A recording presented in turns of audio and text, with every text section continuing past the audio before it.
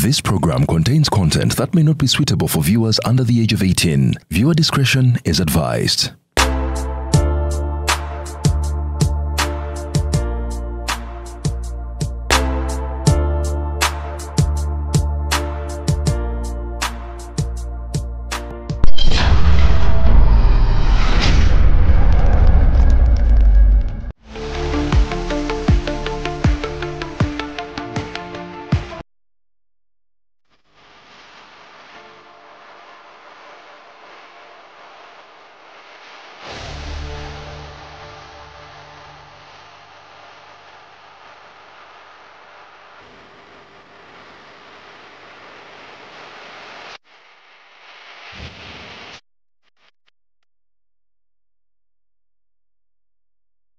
Aha. Why? Toko wa pichi? Zino ya kamaro kukuba atera jozeko. Nafuna kati aba ride now. Ride now. Ride now bebaliwa. Sebo kati kino kikacha pichi kyo solo okufunira ku app wonna woboli. Bakutwala wonna woboli bali safe. Element olaba njitadde ku mutwe. Bakutambuza bulungi nnyo bali very safe ate bayonjo. Tebavuga kibama. Tebavuga kibama nga bali abanzijamu amanyi. So banange ride now eri safe era kati kwentambulira. Twasobola okutuuka mu budde. Leero tuse mu budde kyewunyisa. Emotoka wagiparkinze. Emotoka nagiparkinze. Balaba wano. Balama ride now, let's ride now. So kati ke wafunye aba ride now. Yes. Kati amanyi ogenda sigaza. Kati element ogiraba. Mufune ebibakuuma omitwe n'amannyo. Mukozesa ride now buli woboli essaawa zonna bakukima. Ate bali very professional mbagala nnyo ate bayonjo. Waliwo ababoda abavaamu ebiku. Kale tugende tukole. Being cultured. Omuntu ng'oli cultured olina by'ogamba n'ogati ekyo kankireke. Okitegera? Kati namyalo akuwa ssente aba mukamaawo. Ne bw'oba kasuka okola emirimu ng'oli gifted kwenkana ki? Oli akuwa ssente aba mukamaawo. Wabairawo ka respect k'omuwa. Nze ku lwange ngamba nti gundi Frank Gashumba yandibadde respectinga omukyalo oyo. Teyandi tute bintu ebyo mawulire. Ebintu ani yasoko bitwala mu mawulire. Namyala agamba nti Gashumba gwe wandeetedde okujjayo mino okuleeta ebintu bino. Okitegeera? Kati kitegeeza nti Gashumba yabyanika. Ate Gashumba naye Mizairo ne Namyalo ne ballistic missile okitegeera. Kakati teri alekera munne Isiraili Iran ye Namyalo ye Gashumba bwonkuba nange kola ki nkukuba. Kati Namyalo agamba nti era kiddinganye mu video ze nti Gashumba gwe wandeetedde. Okitegeera? Kati Gashumba baba yatandika ekintu ekyo omuntu abadde akuwa akasente waliwo ebintu byoleka era ndala omuntu nga yakuyambako mu mbeera nga kigambe nti oteeka kubeera cultured. Omuntu eyakuyambako ng'oli bubi. Eyakuyambako ng'oli bubi. N'akuwa akasente. N'oleta ddiiru n'acceptinga ggwe nga waliwo n'abalala abazaagala. Okitegeera? Ddiiru eyo n'agiwa ggwe. Neevaamu miliyoni eziwere 5 kubanga agamba 508. Naye kati waliwo ekibuuzo kijagala okukubooza nze. So to what extent oli baabanga yali akuyambyeko wa wootuuka n'ogamba enough is enough? Sisobola kwogera nti enough is enough nga sigenze mu mpewo. Nga sigenze ku mpewo. Kati public ekuyambe ki? Let's reason. Reasonably. Public ekuyambe ki? Kakati laba bye tubadde tetumanyi olaba bivuddeyo. Oli natuka n'ogamba nti waŋŋamba bwoti nti Balamu takwagala. Okiraba? Ate bano bali bonna mu Piero yu. Okitegeera? Kati oli mu nnyumba ya ndabirwamu lwaki okasuka amayinja? Weeyinga. Gundi Haji Hamisi Kigundi yawandika akatabo nti okufumiitiriza before you act. Nti soko fumitirize kiche kinavaamu. Okiraba bye tutamanya. Kati oli agamba nti wangamba nti goma ne jinga babloga. Ne tubako bye twakola ne nkuwa sente ne babloga no tabasasula. Discrediting you. You start on a mission that will discredit you. Put you to shame. Okiraba ekikoonona mu bantu kuba kati Frank Gashumba akuze ate kati yagenze mu category n'omukazi yawasiza mukazi w'omugole ng'awulira bibakwogerako nti wanudde wajjanga ne ku meza yaffe nga n'ongamba toyina mmere n'otula ku tebo y'abakozi. A man of Gashumba's class and status. Is ordering your stock from China, Turkey and Dubai stressing you so much? Is it taking you months and months for you to get your stock? Just 1, 2, 3 and trade like a boss you are. 1. Talk to Aran Global Logistics on 0740 152 331. 2. Let us know whether it's sourcing or sending money to a supplier that you would want. 3. Enjoy our unmatched customer service. Trade like a boss with Ryan Global Logistics. Find us at Nabugabo Street, BBC Building, room N412. Call us on +256 740 152 331 or +86 180 723 935 15 or +86 132 502 156 85 or visit our website on www.rangloballogistics.biz. Rand Global Air Express Cargo. We move anything, anywhere. Your home is more than just a space. It's a reflection of your style, your comfort, and your dreams. At Layout Interiors, we bring those dreams to life, crafting breathtaking interiors with the perfect balance of beauty and functionality. From indoor elegance to outdoor charm, we provide premium furniture pieces tailored to your taste. And because detail matters, our Deco collection features exquisite artwork, vases, plants, lighting, and storage solutions to complete your perfect space. Plus, with our exclusive fiber ports, we ensure lasting quality and timeless designs for modern living. Transform your home with Layout Interiors, the interiors of tomorrow. Visit us today at Bukoto Kira Road, next to Lighting City, opposite TMT. Call us now or visit our showroom to explore endless possibilities.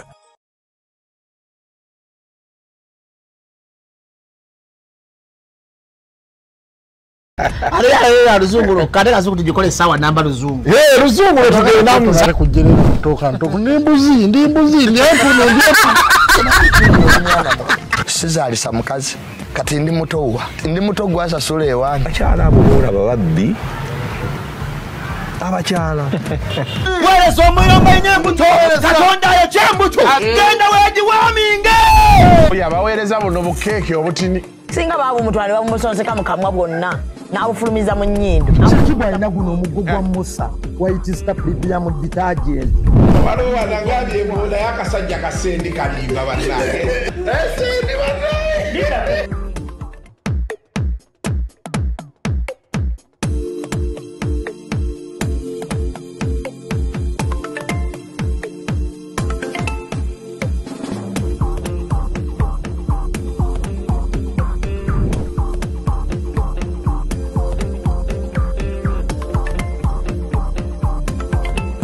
Welcome to yet another edition of Kasuku Live. Olunaku olwaleero ndine basajja mivule solonkambwe bwaddene ligambwako nnyini lyo kyekyo linnya lya jjajja wange yali bwaddene abantu baluza mbu nabyetekako bweteesi jjajja wange bamuzikawo magere era bwe batuzaalidde otukulidde muli ba mu kibuga ekitegeeza gwe tolinayo mu bulamu bwo munenninya baasi nenzija mu kibuga kakati era bwe batuziika awo emagere yali bwaddene kati bwe ndyeyita yampa amannya ge kati neero nendisikayo nalyo noga kanditwale nalyo kanditwale tusanyusa okulaba nsanyuse webala okuweereza eggwanga obulamu bugamba butya Mukama atukumye bulungi obulamu bunyuma bw'ofuna omutwalo n'olyako akakaaga n'otereka ennya obulamu tebusobola kukulema yeeyo message nkulu nnyo nagenda mu kifo ekimu natwalayo bajjo ne bampa $5,000,000 yali tamanyiyo bajjo yo nze mwagaliza nnyo olina niwanawola nja kugamba namutwalayo ne bamuwa $15,000,000 naye talina gyantwala alina omutima mubi muzibu namutwala mu kifo ekimu ne bampa $5,000,000 olinaga nti kakati nkole ntya onogoze naye kunze ne muweyo kyomuwaayo n'amuwa 5 bajjo naga nti sikirabangako omusajja gw'omutima gw'olina ne bampa $5,000,000 n'otonsabako wadde n'ekikumi nengene embalala nengulamu ente $4,000,000 ngeri lubuto nezaala abalongo bajjo n'agulamu essimu $4,000,000 wayita emyezi 2 nangamba obwavu bunuma mpaamu $2,000,000 musimu nemuganze sigula simu ya $2,000,000 nzirundamu embuzi enzungu nenkola sente naga ndi kale mpaka mu kitundu nga wayise emyezi egi so bw'ofuna omutwalo n'oguyinvestinga bulungi Uganda tesobola kukulema ekunyumira kyekizibu kye tulina wano abantu bangi bagamba obwavu naye culture ey'obutayinvestinga nga buli sente oyagala okyakale kasuku nkulaba n'essimu ya bbeeyi nze sisobola gigula simanyi gyojja sente zo naye bano bannamawulire abato baagala bakufaanane okitegeera kati awo ne batayinvestinga sente ezo mu bintu ebikola sente ne bagaggawala kyekireetera abantu bangi okubeera abaavu ne baga Uganda nzibu nnyo of course ne mu America gwekimanyi nti nze tulina bamasiikini abazungu betwawanga sente ku lubalaza mu America okitegeera waliyo state bagiyita New Mexico balina amayumba galiko n'ebiyinja n'ebipiira embuyaga zireme kufuwa mayumba ago kugajjako mabaati ezo state teri mu Uganda nze nasookayo kubanga teriyo mirimu tebamanyi nti there is another side of America naye abaavu gye bali atula ku lubaza n'akuba endongo bwati twabawanga sente nga bamasiikini ne babakubiramu ku ndongo mu makanisa eriyo nga bapasita bafumba emmere abanaku bonna ku lw'Essande bajja ne balya mu kanisa mmere ya bwerere ne batwalako neeka naye everywhere abanaku gye bali naye ffe wano tuinvestinga bubi gwekimanyi nti mu America mu state ya Nebraska Omaha kyekibuga Nebraska wali enguudo nga siza Collins people don't know it enguudo nga siza naye balina engeri gye bakolamu enguudo ezo kati nze kwentegerera nti si Collins mbuzi omuzungu nti kakyaka akafuwa emabega kalinga kava mu exhaust y'emmotoka eyo nanga tekirimu exhaust enguudo zino siza Collins konze tell me nti anti eno state njavu America is a federal gundi system kati California ezenguudo teziri okubanga ngagga nnyo okitegeera kati bali tebalina sente era enguudo ezimu siza Collins ne balina engeri gye bagikola kati tosobola teriba ttaka balina malamu gwe bateekamu kati ne bagradinga ninga si Collins state njavu people don't know that abantu baffe babeera New York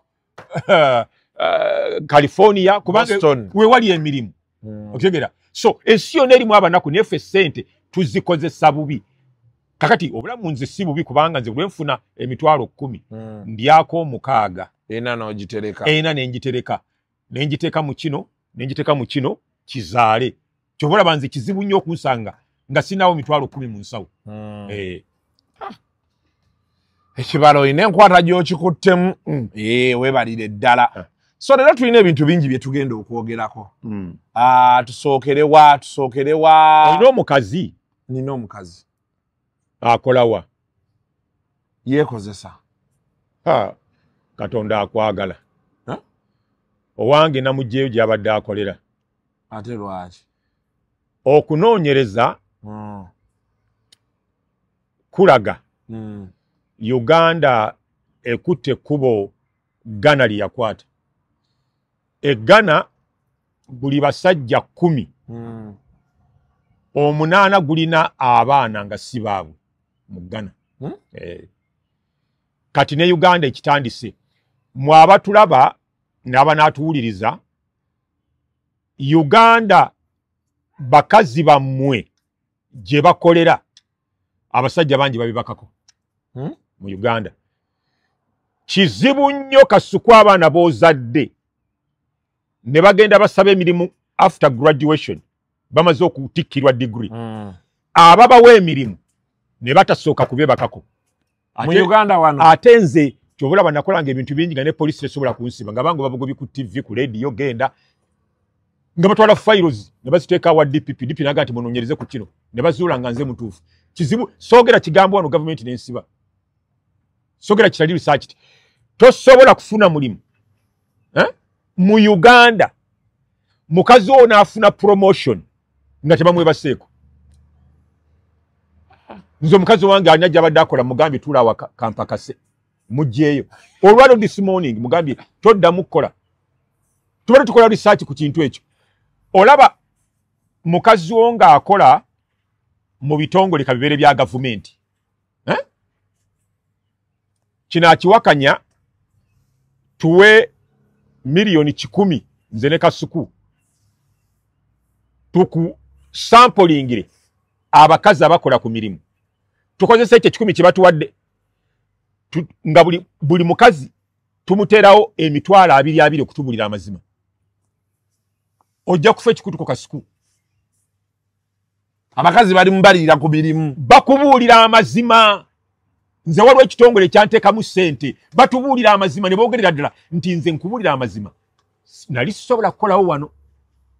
Bankola bati banjira bati n'okukuza obukuzi otegera.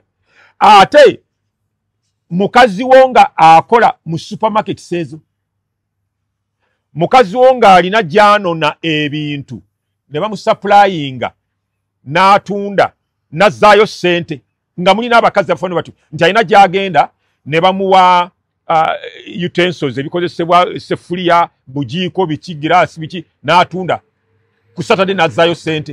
Abo basupply abo ba importers kye bakola abakazi tokirabanga kubanga omukazi yeegula ayagala capital okutegera omuwa yajja na milioni 3 ate gwe omuwa ebintu bya milioni 6 n'aba ne capital wa milioni 9.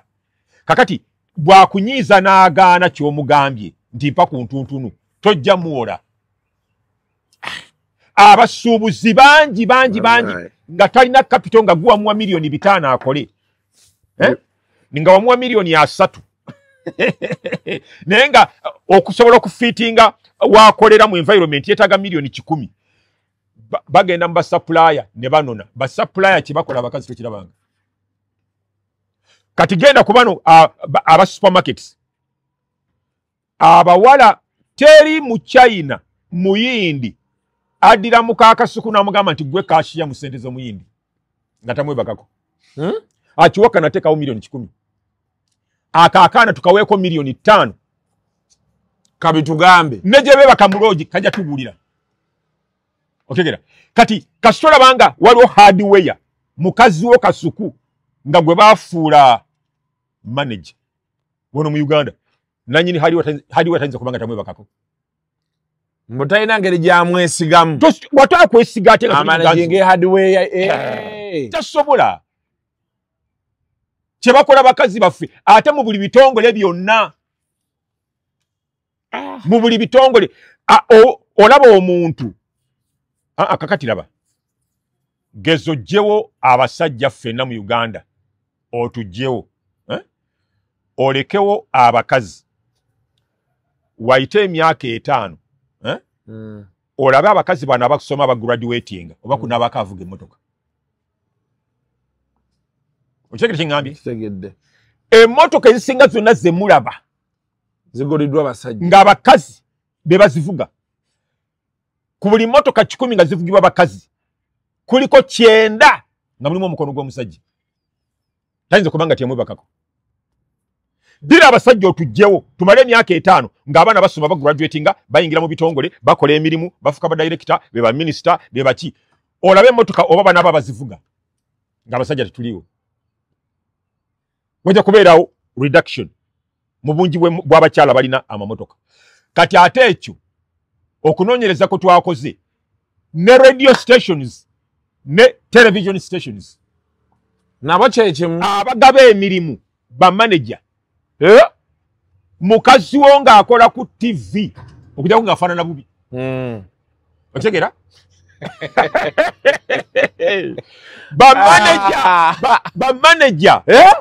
bamanager bayisa mu baana abawala wayi ababaga b'emirimu oba si bamanager babayita human resource baani abo kye bakola abaana abawala abasaba emirimu.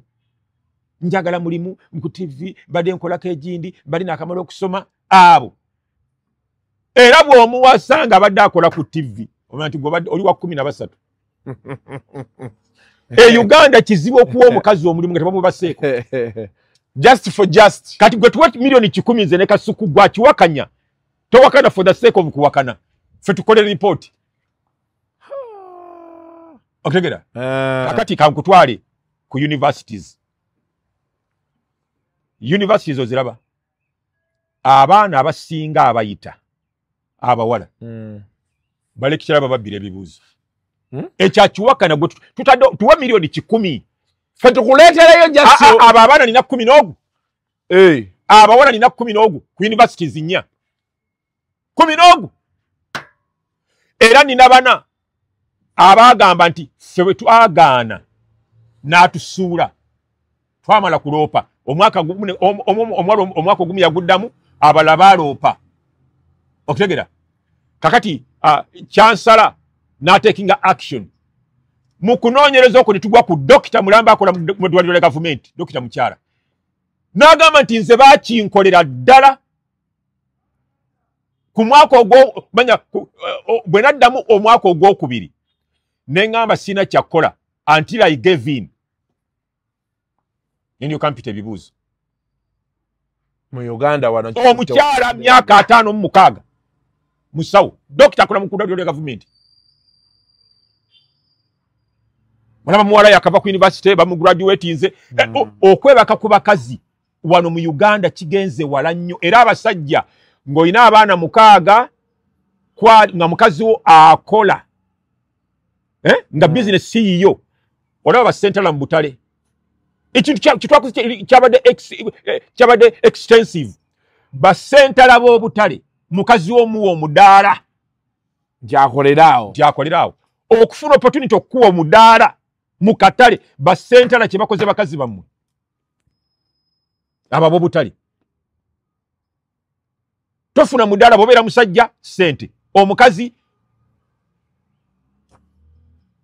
bagobawo ne mukaakasuku nga talina kyakoze ne baleeta oli omupya akkiriza okumwegadangako kyekiri e Uganda. Nze omukazi owange mugambye toddamu kukola tuula wano katubeere ffenna tutetenkanye kyekyo embeera nga nkambwe ne TV zammwe ne radio ababaga b'emirimu abaana babayisaamu waya kulawo omuwala tava mu kifo ebooza kiki ate balina bye bakola wano bw'omulanga ayogera ne boosi tomanya kumbe balina gye beesanga. Exactly. Kaakati bano abamu ba proprietor abakola zi TV okimanyi nti abamu babeera benzi nga TV teyagikola kufunamu ssente ayagala bawala bato abamu bakola TV nga kufunirako biwala n'osanga abawala 11 bakola ku TV omwenda bonna nga bebakako abo nabo twabafunye. Kaakati nze simanyi mukazi wo gy'akola naye bwoga nti yeekozesa awo kale Katonda yeebale. Now tulina story tukutte nnyo wiiki eno actually ziringa 2 esooka ya Hajati Namyalo ne Gashumba bonna obamanyi sijjaga nti bonna mikwano gyo naye manyi nti Gashumba ye mukwano gwange Gashumba ye mukwano gwange Namyalo mumanyi naye si mukwano gwange. Obuzibu ki? Obuzibu ekisookera ddala simanyi bituufu ki ani mutuufu ani mukyamu naye njagala kubagamba nti olutalo lwabadde terwetaagisa kubeera ku social media ku mpewo Ekiŋŋambisa nti lwabadde twetagisa kubeera ku mpewo ye bwino omukyala yani Namyalo. Bwino omukyala Namyalo gwe yaggyeeyo aleetera the whole thing saga to be withdrawn from the air. Kubanga omukyala bw'agamba mbadde mbiwulira mabega naye nga simanyi ku biva sibitegeera. Bwe nalabye omukyala Bwino gwe yaggyeeyo n'agamba nti wantuukirira Gashumba n'oŋŋamba tolina mulimu. Olwo twasooka okusinkana ne nkuwa $2,000,000. N'ojja n'oŋŋamba nti tokyakola ne nkuteeka ne ku payroll ne nkuwanga $3,000,000 ne nkuwanga ddiiro ne zivaamu ssente toto $5,800,000. Oyo aba mukamaawo. Namyalo abeera mukama wa Gashumba. Mukamaawo teweetaaga mwasamiza kamwa bw'otyo. Kubanga Uganda njavu, it is a third world country. Mu bwavu obuli mu Uganda n'ofunamu omuntu opportunity omuntu nga akwakka ssente akanjibwe kati n'akuwayo 10 milioni 15 n'ajjayo ne receipt n'aziraga bwe wasayininganga oyo tomuteeka mu mawulire. You forward go, you let go, no kireka. Otegera oyo abanga mukamaawo. Nze nina it's a matter of discipline. Nina abantu babiri ngenda bakuwa. Nakolako ku radio ne bakira ku macha ne bangamba nti order from above. Batugambye tukuyimirize basi kyo radio bajiggalewo. Nina balooya abawera 5-6 bali mikwano gyange. Ne bangamba tutwale general manager Mukyala Maria Kiwanuka mu kooti okumala gakugoba. Kaakati nenzijukira emabega gyenvudde. Radio zenkozeeko ne radio eno kwe bangobye birungi ki byenjifunyeemu. Kasuku n'abatulaba nali nakadde okuva mu America. Najja n'ebintu bingi nene babikwata nga sina misolo.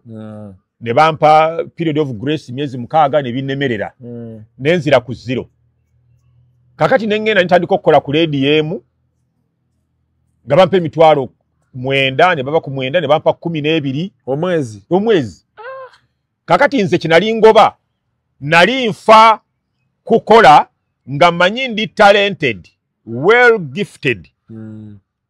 This job kind of office will open up many more doors for me. Nenkola. Kakati when nava nengenda ku radio endala ne bampa 5 okole naye nga omusaala omala emyezi 3 nagufuna nga waliwo ebizibu biyitirivu ndi mu kayumba kapangise. Kakati bwe nveeyo eyo yabalokole radio ukite radio anti bwe tononoza nnyo sasula kite radio. Kakati awo radio akabozi kubiri we bakonkonera tukwetaaga. Nengenda ku radio eyo kwe nakolera erinnya, kwe nakolera essente, kwe ntandikira okulunda, nenanga ebintu byange nga tebansasuza bwerere, nenanga emisomo nenfunanga milioni za sente abantu nga bazze tubasoloza bwerere. Otegera kakati olunaku lumu ne bangoba kati neŋŋamba ntwale omuntu oyo eyamponye ennaku nampanika waggulu nfunye sente nzimbye amaka 2 nina emmotoka 3 mu luggya ntandise farm because of that woman. Sisobola mutwa sisobola nagaana ne banga tugenda mujja ku milioni 2 neŋŋaana. Otegera it's a matter of being disciplined, being cultured. Omuntu ng'oli cultured oyina by'ogamba noga nti ekyo kankireke.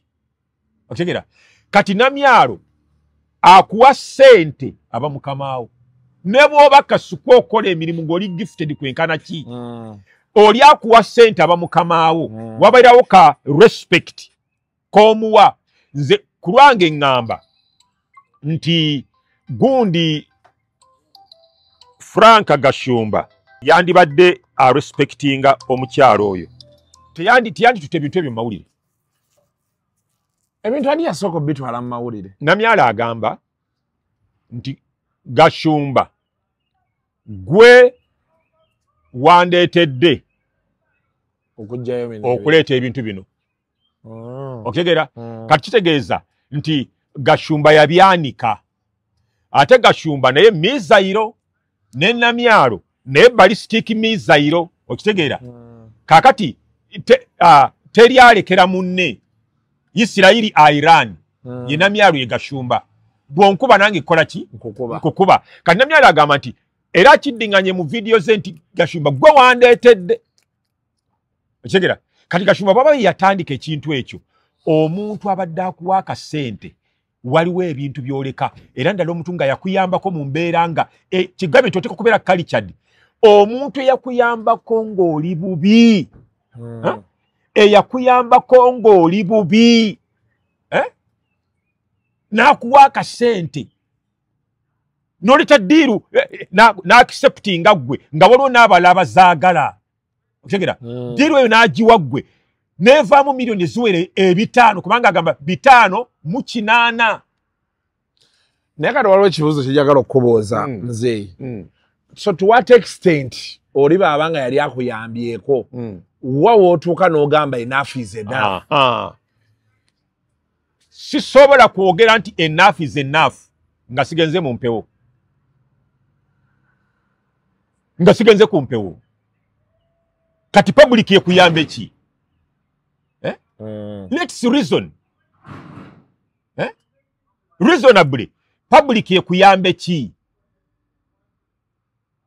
kakati laba bye tubadde tetumanyi olaba bivuddeyo oli natuka n'ogamba nti waŋŋamba bwoti nti Balamu takwagala okiraba ate bano bali bonna mu pyero yu okitegeera kati oli mu nnyumba yandabirwamu lwaki okasuka amayinja weeyinga gundi Haji Hamis Kigundi yawandika akatabo nti okufumiitiriza before you act nti sooka ofumiitirize kiki ekinaavaamu okiraba bye tutaamanya kati oli agamba nti waŋŋamba nti gw'omanaginga babuloga ne tubaako bye twakola n'enkuwa ssente ne babuloga n'otobasasula discrediting you. You start on a mission that will discredit you, put you to shame. Okiraba ekikwonoona mu bantu kuba kati Frank Gashumba akuze ate kati yagenze mu category n'omukazi yawasizza mukazi w'omugole ng'awulira bye bakwogerako nti wanudde wajjanga ne ku mmeeza yaffe nga n'oŋŋamba toyina mmere n'otula ku ttebo y'abakozi. A man of Gashumba's class and status.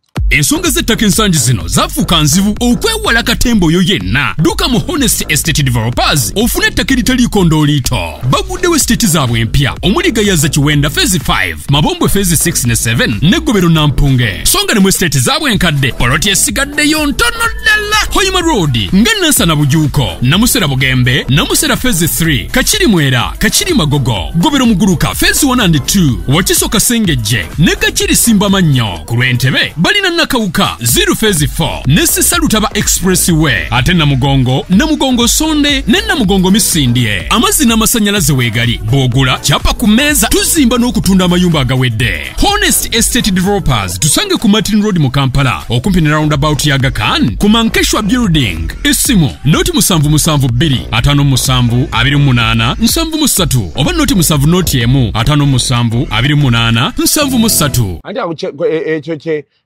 BM nabe nengama nti isn't that so below the belt? Anti kati wabawo ekintu kyoga nti okay goba okirese fe abasomi ba Bible tugamba nti togezanga n'otandika okuzimba ennyumba nga tosose kutuula wansi n'obalirira omuwendo oba onoogimaliriza nti bwerikoma mu makkati abantu bagenda kuyita musirusiru weigh the project okitegera kati tosobola ekintu ekyo yakiweeyinzeemu n'afumiitiriza n'alowooza nnyo nti bwe ŋŋenda ku mpewo kinkolera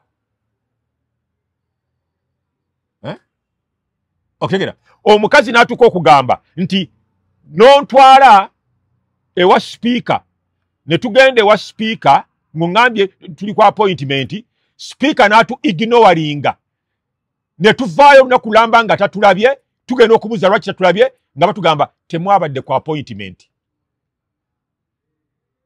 ne bongera okudiscreditinga otegera omukazi najja ebyama nti mu kino kyonna Frank Gashumba is the loser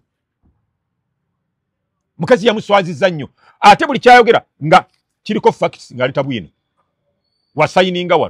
wasayininga wano abaana we bali wasaba emmere ne kamera teziiwo ng'oli emmere y'abakozi ne buli wajjanga nakubanga $2,000,000 n'akuswaza bw'atyo kati kyabadde kibi nze simanyi omutuufu yaani by the way abantu balime gamba nti nsaze gwa kawala nga siwuliza gwa kalenzi omutuufu simumanyi ebyo byabwe biri wakati wa babiri ndi ku kintu eki kuleeta bintu mu mpewo eyo kalicha tugidestroyinge tugiziike tugibaringe buli kintu kyonna mu Uganda kireme kuggweranga ku mpewo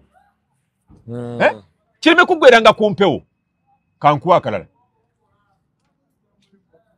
nga tugenda nali ku stage e Germany to performinga mu America I was a Christian performing artist omusajja director wa film ava California n'atulaba n'agamba this man has a talent n'ayogera ne bakama bange ne bakkirizaganya antwale e Rome mu Italy nzanye film n'atuwa $9 oba $9,000 gye yasasula neŋŋenda firimu eyo yali so humiliating nti banyambula engoye ate mukazi okakazi kalina degree nga 6 mu kudesigninga omuntu ne kankolaga skeleton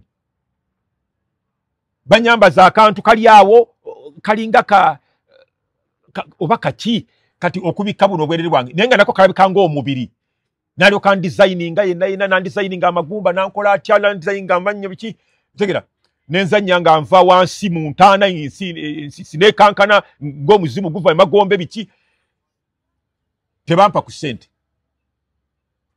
kakati abazungu abo banzija e Uganda nga nsula ku kutiya bwe tutuuka mu America tuzeeyo tuve Germany nengende wa Binaisa yali abira Germany by then on yali president waffe ng'ayinayo lo farm waliwo omulwanyi gwe bayitanga Kayiira abaddipi gwe besibako nti Mwai Museveni yamutta omujjukira Kayiira ayina muwala we bayita Sanyu ali mu New York ka neighborhood bakayita Poughkeepsie ka black community omukyalo oyo ye yantwala ewa Binaisa tuwawaabire oli bansasule sente bwe nadde eka ne neebakamu ne ŋŋamba ti naye banzijawa bambeererawo mu kaseera akazibu kasuku natambula Germany emyezi 9 Austria 6 Italy 3 America 11 Bulgaria Norway Denmark natambula Bulaaya Canada nengamba ono nteekwa okubeeramu omutima omukristaayo laba wentuuse gye bakujja gye banzija ku street okitegeera street ate abo babugembe nze nali culture nali mu maka g'abazadde bange sadduka mu maka toteeka ku level yaabo so kati neŋŋamba nti naye lwaki mpawabira lwaki sijjukira neetunulira biri ebirungi byankwe exposure Okutegera enkeera nemba kuba bomu nembaga nti omusajja musonyiye sanyu yatabuka dinayisa yatabuka bavumanze basikanze saati nebagikutula amapesa okutegera nembaga nti omusajja musonyiye yanzija wala mulese so ekyo kyeŋŋamba nze sisala musango ani mutuufu namyalo bagashumba kyeŋŋamba gashumba nti omukyalo oli bw'abanga mu mbeera eri nga wali tolina n'akubeererawo gashumba namyalo abanga mukamaawo olutalo lujje ku mpewo kubanga bye tuwulira tetwagala biwulira tebiwooma naddala kati ngomaze n'okufuna omukazi kubanga luli aba talina mukyala nga tafaayo emizinga egimukubwa naye kakati mukyalawo n'awulira that nonsense okutegera ate namyalo ku saidi ya namyalo si nonsense kiri factual kubanga agamba nti nakuwanga sente nga ne kamera weeziri ziraba n'otulanga ku dining nga tolina kyakulya ogenda kusula njala n'oŋŋamba nti sirina mulimu nenkuteeka ku payroll nenkuwanga $3,000,000 n'alaga ne wasayininganga please oyo namyalo abeera mukamaawo tomwasamiza kamwa kinagambye tulina kubeera cultured noga nti naye nfaaki n'ensi bwe nali sirina yannyamba okutegera kakati nze nkoze n'abantu bangi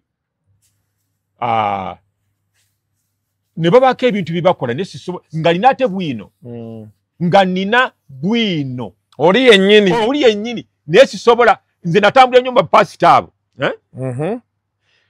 nebiro bimuwulira byebisiyaga nze mbimanyi babalabala balimbalimba bolimba bulimbi nze mmanyi ebituufu byennyini mubasumba kati kankireko ku mpewo abasumba bangi mu Uganda abali ebisiyaga nze alimpa $5,000,000 ngotuyira bwino ganjiwa bwino ate bwino yennyini atwaliwa mu kooti n'omusumba omusango ne gumusinga biro byonna bye mulaba tewali agenda kusinga abasumba ku misango gya bisiyaga naye nga gwokakasa nti babirya mbimanyidde ddala n'abamu be twatuuza ne bakonfesingira ddala ne bagamba mututeekako emikono mutusabire omuzimu gutuveeko nakkiriza kakati so naye lwokuba nti one time baali bakama bange otuuka n'okireka bandabirira banyambaza okyegera nokandi sijja kuddamu awo sijja kwogera kintu kyonna kati bali be baasiyaga ne basigalawa otegera be baasiyaga baabakolera ebirungi baabalinyisanga ennyonyi baabawa emirimu mu Amerika they are not regretting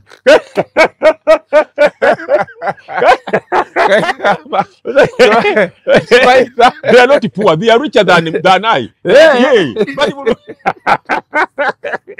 Bali mulungi abala bakomawo nakuno balina businesses kati they are not regretting kati mbasansire koji otegera so wagamba ekintu kyo preaching mutima gwakusiima exactly nti wabaawo ekintu kyotunulira noga ekyo kankireke kati kandete na kino nno ojja kutya nagamba omuntu nga tukyali kale yo kandekeyo naye nagamba abantu nti mwami Museveni talina gyatwala Kayihura. Museveni alina saidi ey'eddiini gye mutalabanga. Kola ebintu byonna buli muntu yenna kati andaba nkuwa akakodyo otuukanga mu maaso ga Museveni gwe fukamira wansi omugambe nti nsaasira mu linnya lya Yesu. Talina gyakutwala. Nabagamba Museveni tasobola kusiba Kayihura, tayinza kutta Kayihura ne boogera abadde apanga abadde ayagala gira bati abadde mu amaddu g'ekintu nembaga wadde talina gyagenda mutwala. Kayihura taliiwo. Wani ekyo kye twetaaga nti bwinazze Kayihura obadde opanga kino naye yajjukira Kayihura bye yamukolera. Okitegera naga musaya kamuleka ekyo kye twetaaga nga nti naye atufaaki nze ntera okubalabanga mweyuza no gati ne kakati bano ono lumu yatugamba Kasuku mukwano gwange yanyamba bwati ate kakati ate akuba Kasuku noka ndi bano bo ani yabakuza discipline gye twetaaga nze ku kye nalabye omuntu n'akuwa business n'ogiryamu obukadde 5 such a woman deserves some bit of respect from you. Aba mukamaawo neze sisaze musango nti gundi emutuufu ne ngambi owadde buwindowooza yange okusinziranga bw'obiraba bakijje yani Gashumba tiyandituusaawo kubanga oli yamubeererawo naddala mu biseera ebibi yamubeererawo yandibadde akireka kati nze omusumba Ssenyonga yankozesaako manyi bingi mu ministry ye oktegera sisobola kwogera kintu kyonna ku Ssenyonga kyosobola mwogerako kintu mukama wange musumba Sserwadda teri yali awulire nga njogera ku Sserwadda yankozesaako oktegera kakati omusumba Ssenyonga yankozesaako Maria Kyonuka yankozesaako bino bye boogera ku bufumbo bwe ne baawe n'ebintu bibakayanira sisobola kukola comment yonna oktegera naye nga ate bangoba ku radio yaabwe naye nzijukira kirengamba nti nali sirina linnya omukazi oyo yampa platform nofuna erinnya ate sirinnya lyokka nengaggawala okiraba noga nti ebirala byonna kambireke sijja bwe soogera sifa so empewo ereme kubeera nti ye mulamuzi waffe buli kintu kyonna kirina kubeera ku mpewo dispute zonna zibeere ku mpewo ate naddala ng'omuntu yakuyambako that's very bad nze opinion yange yeeyo ngamba era nkiremerako nti sengamba denze nga nze Gashumba Namyalo sandi mwogeddeko kubanga aba yandiisa aba yampa ku ssente ez'obwerere zikoledde aba yanteka ku payroll ng'ate sirina mukozi okitegeera yanyamba mu kaseera ako ne survivinga yampa ku diiru ne ziva mu $5,800,000 sisobola nga discipline religiously culturally waliwo bye weesonyiwa nokati but this shouldn't be me kati nkuze ebyo kati mbirekere bakasuku babajjo setaga buli lutalo dutwala ku mpewo okitegeera sengamba denze nandikirese okay kale embeera yo ndowooza mugirabye mugitegedde kati ebisigadde mbibaddiza buli omu abirabe nga baabiraba mu bigaayegayemu kuba gwe mulimu gw'omutwe gwe twasigaza ffe abalabi bitumala biwulira ne tutandika obiteesaako bibayita binsanga wano ogitegedde ne tutandikawo bikubaganyako ebirowoozo nenedda wano yadde mutuufu nenedda ate wano noli yayitawo aye noono akola ki kati nze awo mbibaddiza nja kubeera mu comment section nga ndaba nga tosoma wabi si wabi ate nze njogedde ku side yange by the way side yange ya dini njogedde nga mukristaayo kati goli waddembe naawe okwanukula ng'omukafiiri ng'omusamize nze njogedde nga mukristaayo nti fe abakristaayo tukola tuti waddembe okwanukula nga ki naawe kati atalina katonda yanukula nga abakafiiri babeera naawe omusamize yanukula nga eddiini yammwe ekisamize bwegamba naawe opiniyoni yo nze njogedde nga ku side yange ey'obukristaayo kale embeera yeeyo. The views expressed on Kasuku Live do not reflect those of the hosts, producers, or management. They are solely of individuals providing them and do not represent or reflect the official policy or position of this YouTube channel.